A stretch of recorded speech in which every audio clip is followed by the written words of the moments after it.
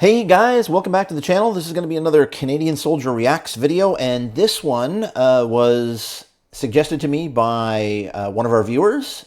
It's the day an SAS operator smoked Nairobi insurgents. So let's take a look at it. I'm kind of excited here. Tuesday, January 15th, 2019. A British SAS operator on a mission to train local Kenyan defense forces quickly found himself in the middle of a two-day siege at the luxury Duset D2 complex in Nairobi. So right off the bat, this is a situation I probably would never have found myself in, even though I was part of 1RCR, which when I was there from 1987 to 1998 was a Special Forces battalion.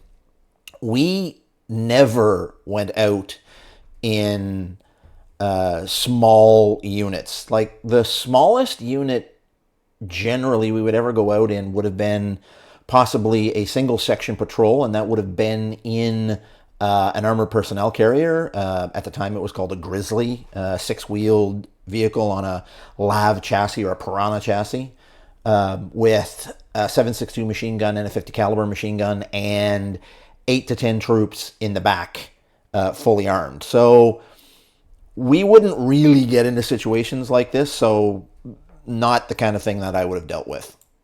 The five gunmen unleashed fury as hundreds of innocent civilians ran for their lives.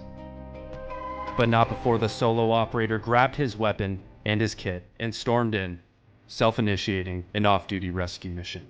And after a 19-hour game of cat and mouse, the lone operator saved hundreds of lives and took the lives of the enemy. Very cool. Very impressive.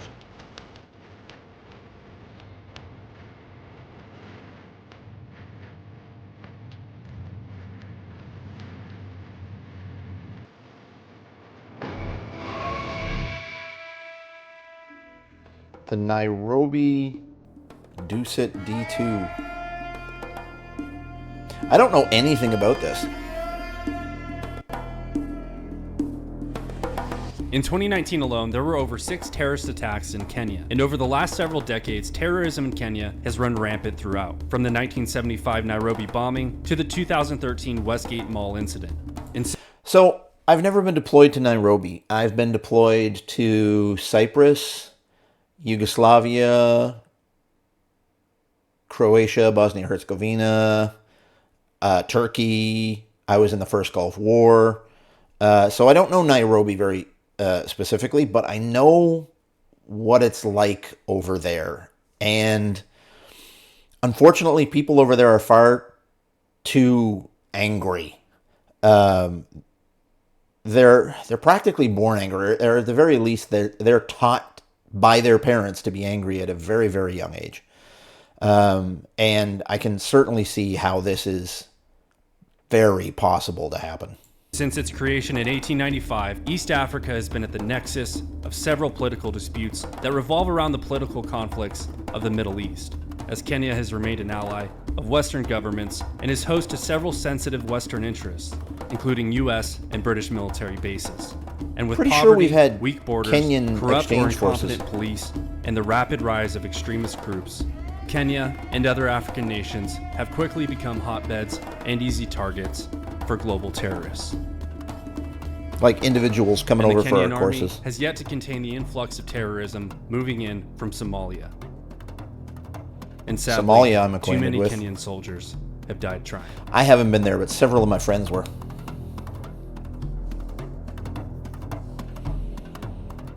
At the forefront of Kenya's counterterrorism efforts are the Kenyan Defense Forces, well-armed and well-trained Special Operations Forces. Kenyan Special Operations Regiment, the 30th Special Forces Battalion, and the 40th Ranger Strike Force, who have all received their training from both U.S. and British Military Special Operations Command, such as the U.S. Army's highly capable Green Berets and the United Kingdom's ultra-secretive Special Air Service. Interesting they don't mention Canada. And in January of 2019, an SAS team was sent out to do just that. Yeah, I'm certain I've seen them on our courses before.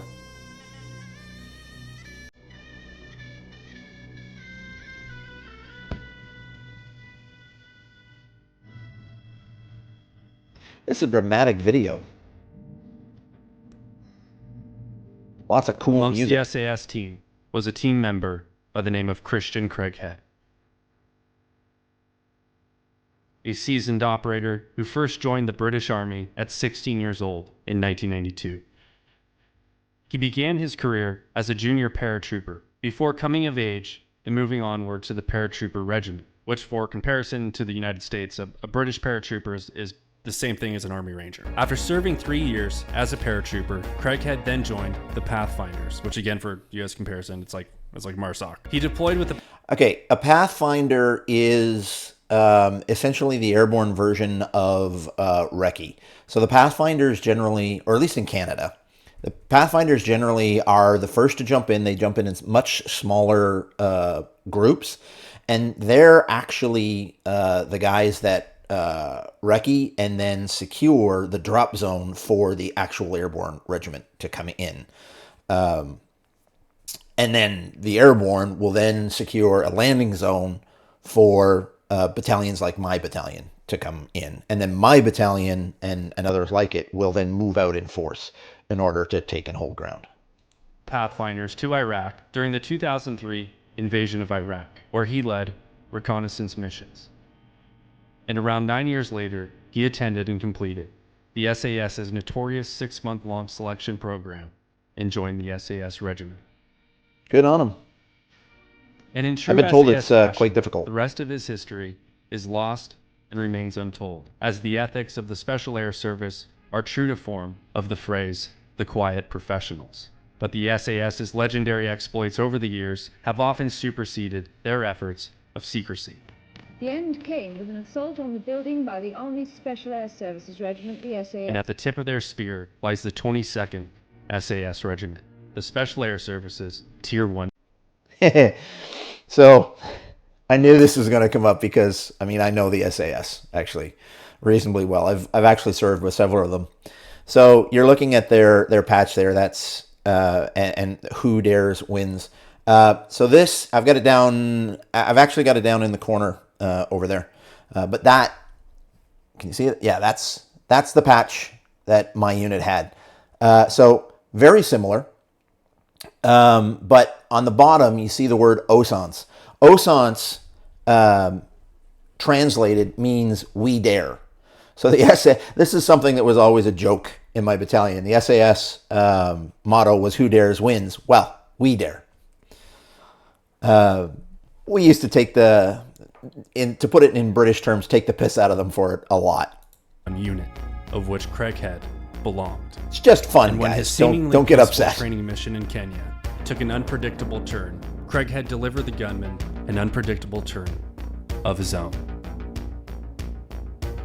And on the afternoon of January 19th, at approximately 3 p.m., at the 5-star Doucet D2 hotel complex, as guests were having lunch and shopping around, 5 Kenyan nationals of non-Somali descent were moments away from executing a calculated attack. The terrorist cell had traveled to the complex from their home base located in Somalia. Armed with AK-47s, hand grenades, and an IED, the men staged outside of the complex.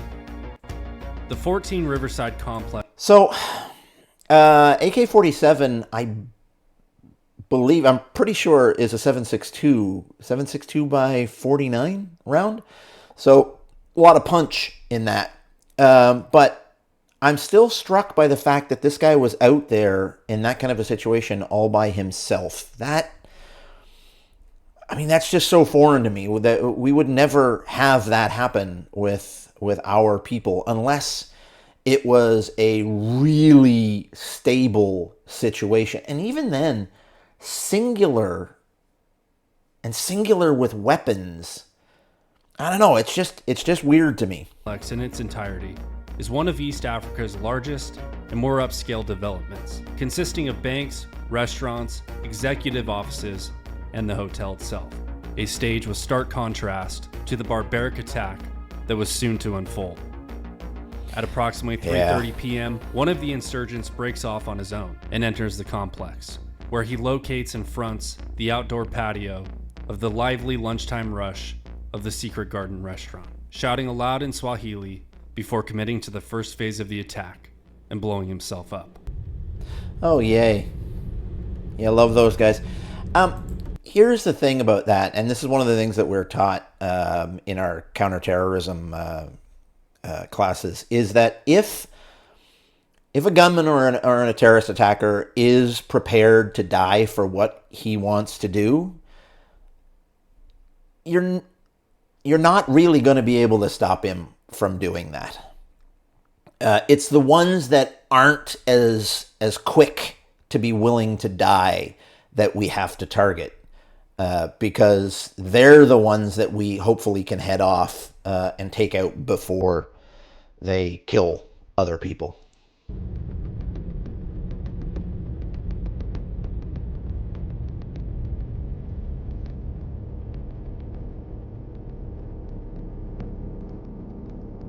Wow, this is a really dramatic video. Long spots of black, long spots of watching birds. Was heard, the four men began their assault, where they engaged two Kenyan police officers guarding the gate. The men then threw hand grenades at three unattended parked cars. Yeah, unfortunately, in a lot of places, police officers are just outmatched by people who are willing to die. And again, very unfortunately, but in a lot of places, like I said, I haven't been to Kenya or Somalia, but I've been to a lot of other places, and the police generally are not trained well enough or motivated well enough to put themselves into harm's way, or just too corrupt to put themselves into harm's way in order to stop something like this. It's a very unfortunate and very sad fact. Setting phase 2 of the attack into motion. 2 explosions to create panic and confusion. The four men then entered the complex and split up into 2 groups as they made their... I would expect that after the first explosion, or the very first time this SAS operator realized there was an explosion, he would have been in action already.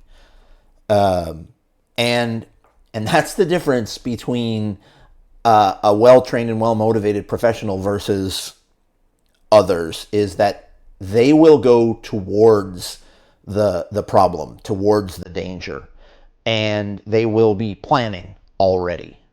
Their way to the first office block and begin shooting and throwing grenades inside. And at this point, everyone is trying to escape and call for help by any means necessary.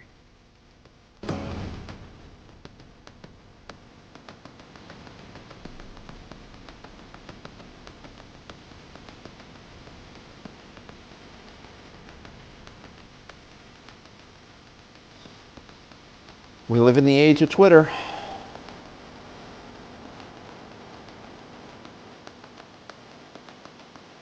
Members of private security forces and armed individuals, along with some off-duty police officers, were some of the first to respond. At which time, an unknown person present at the complex picked up his phone and called his friend, Christian Craighead. He answered the phone and could hear the sound of gunfire coming from the back. Oh, so he wasn't even there. And requested for Craighead's assistance at the complex. He grabbed his gear and jumped in his truck, dodging in and out of traffic. Well, okay, so this makes more sense and less sense at the same time. More sense in that he wasn't actually there alone to start with, so that's good. Less sense in the fact that he was called and he grabbed his gear and left alone. Like, when we were overseas, we were never that alone.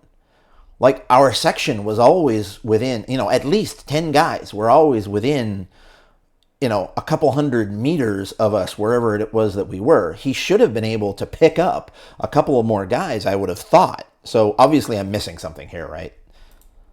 And arriving on scene only moments later. He had little to no intel on what was specifically taking place, but the sound of automatic gunfire was evident.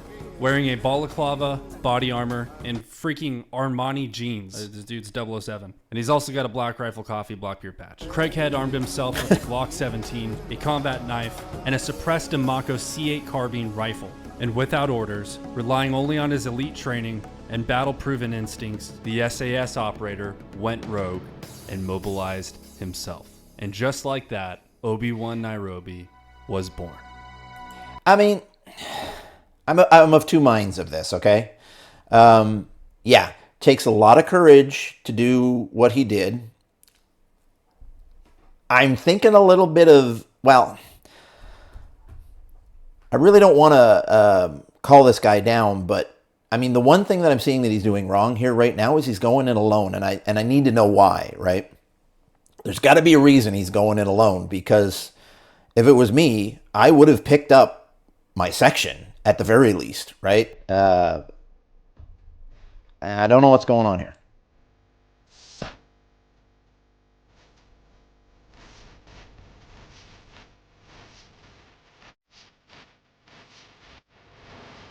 Craighead could be seen escorting dozens of civilians out of the complex, and even carrying out the wounded. And with each pull, he turned around and went right back in and did it again.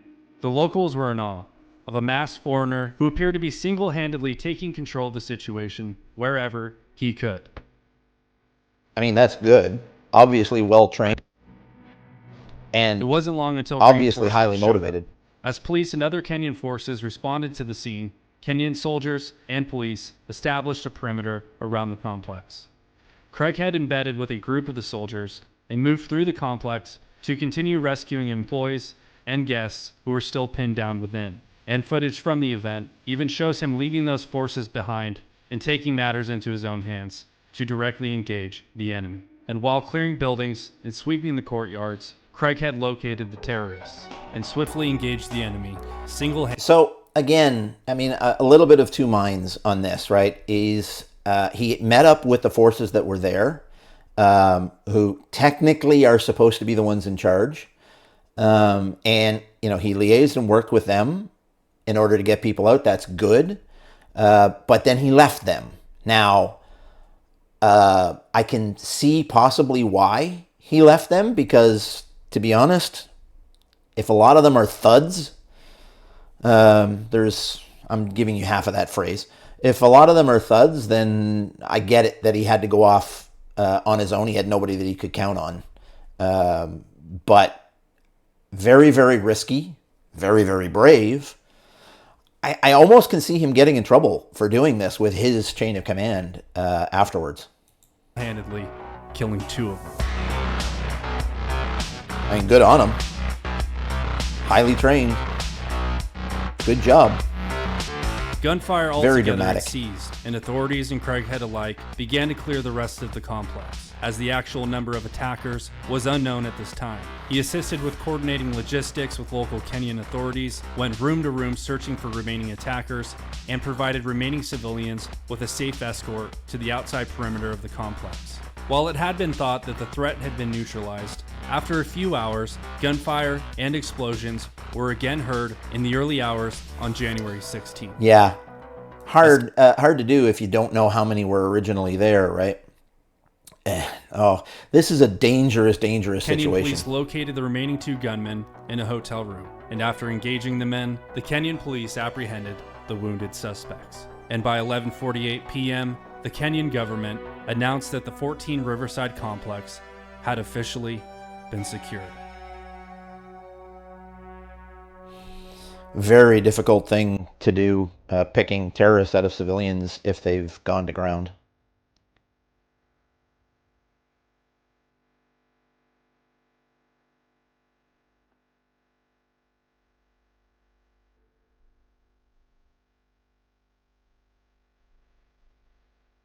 "20 Kenyan citizens, an American and a British South African man, died during the attack." Yep, that's what The terrorism terror group does. Al-Shabaab issued a statement claiming the attack was coordinated with the assistance of Al-Qaeda as retaliation for the relocation of the U.S. Embassy in Israel. Oh my God. Christian Craighead What? was awarded a conspicuous gallantry cross for ending the 19-hour siege, which is the second highest honor in the United Kingdom. His heroic actions saved hundreds of lives, and he retired from the SAS in 2020. He wrote a book about the event titled One Man In that is currently pending approval from the Ministry of Defense. Yeah. So, yeah, okay, this is done. yeah, I'd need to know more about what was going on with why he went in by himself.